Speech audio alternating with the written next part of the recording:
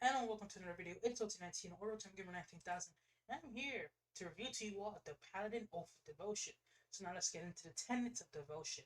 If you break these, you'll become an Oathbreaker Paladin. Honesty.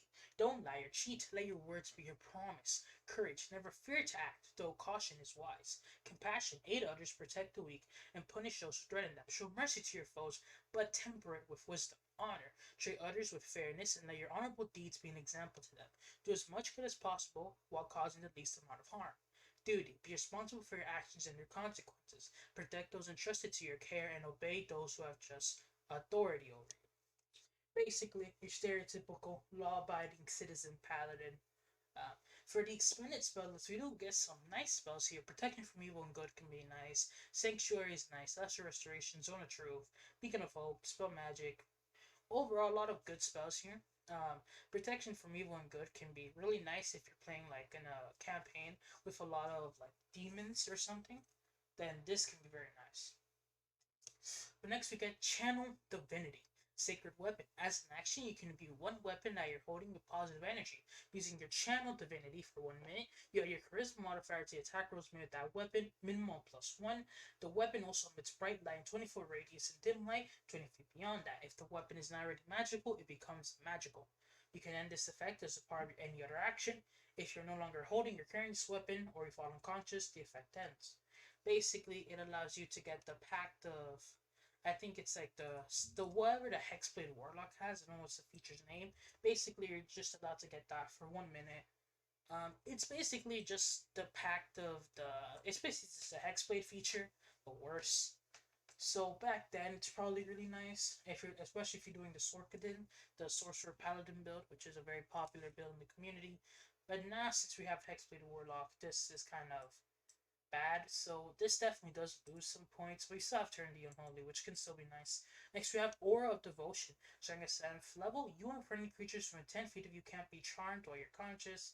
So if you're playing with like an elf or something like that, this feature's useless.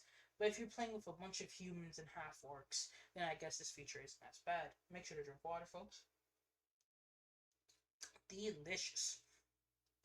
Purity of Spirit. Beginning at 15th level, you're always under the effect of protection from evil and good. This is a very good feature because evil and good basically allows for aberrations, celestial elementals, phase, and undeads to have disadvantage on any attack roll against you for free. And basically, you can't be any under effects, charmed, frightened, possessed, any of that, and you have advantage on any saving throws against them. So this is a pretty damn good ability if you're playing Baldur's Gate Descendants of Avernus, which is a campaign that has been getting picked up a lot because of Baldur's Gate 3. Then definitely I feel like this will come in major usefulness. Next we get Holy Nimbus, Dragon Ball reference. Oh, at 20th level as a bonus, as an action, not a bonus action, you can make an aura of sunlight for 1 minute.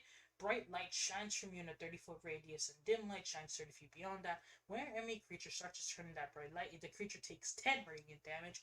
In addition, for the duration, you have advantage on saving throws against spells cast by fiends or undead.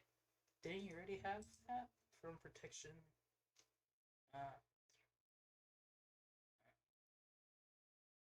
Oh, it's only against the okay. It's only against being charmed, frightened, and possessed. Okay, and in addition, yeah, okay. Once you use that feature, you can use it.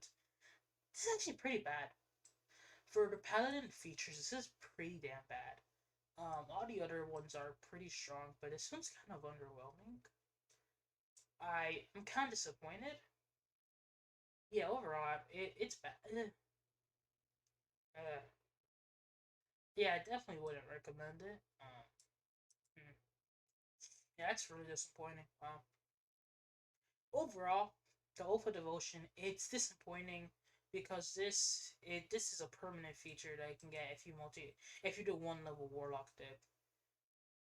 The spell list is nice, but you already have Zone of Truth. You already have, I think, Sanctuary. Uh, so it's Purify Spirit is nice.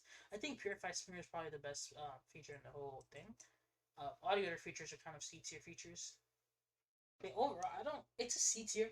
Um, I definitely do think there is chances or opportunities where someone played Oath of Devotion Paladin and were like, oh my gosh, this saved me. This is the best thing ever. But still, I feel like it's alright. I mean, I think is with Paladin, there's such a strong base class. It's like it doesn't really matter what you add to it. Like it probably will just stay good. Like it doesn't. It's very hard to mess up a Paladin, and I don't feel like this takes away from the Paladin. It just doesn't really add much. Especially when compared to something like Vengeance Paladin or even Oath of Glory Paladin or something like that.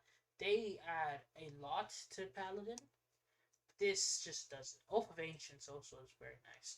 Overall, I think that's all we all for today's video. This is probably not the best oath, but if you've used it and have had fun with it, leave it down below. Make sure to like, comment, and subscribe if you enjoyed. And yeah, that's all for today. O219 signing out. Peace.